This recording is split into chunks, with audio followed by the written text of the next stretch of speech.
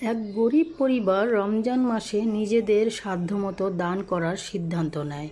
পরিবারের প্রধান আহমদ জানত যে তাদের আর্থিক অবস্থা ভালো না, কিন্তু সে বিশ্বাস করত যে আল্লাহর পথে দান করার মাধ্যমে তিনি আল্লাহর সন্তুষ্টি অর্জন করবেন। রমজান মাসের এক সন্ধ্যায় আহমদ তার পরিবারকে বলল, আমরা যদি আমাদের যোগ্যতা মতো দান করি তাহলে আল্লাহ আমাদের চেষ্টা সফল করবেন। এই পরিবারটি তাদের ছোট আয় থেকে কিছু টাকা বের করে, যেগুলো তারা পাড়া প্রতিবেশী, অসহায় মানুষ ও এতিমদের মাঝে বিতরণ করে দেয়। তাদের এই দানের মাধ্যমে তারা অনেক শান্তি অনুভব করেন। আল্লাহ তাদের সৎ উদ্দেশ্য এবং ঈমানকে মূল্যায়ন করলেন। কিছুদিন পর আহমদ একটি নতুন কাজ পায়, যা দিয়ে তার আর্থিক সমস্যাগুলি সমাধান করেও তারা খুব ভালোভাবে তাদের সংসার চালাতে পারবে।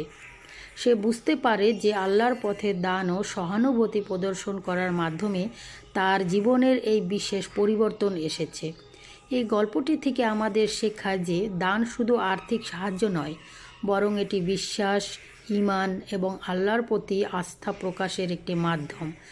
আল্লাহ যাদের বিশ্বাসী মনে করেন তাদের চেষ্টা তিনি সফল করেন।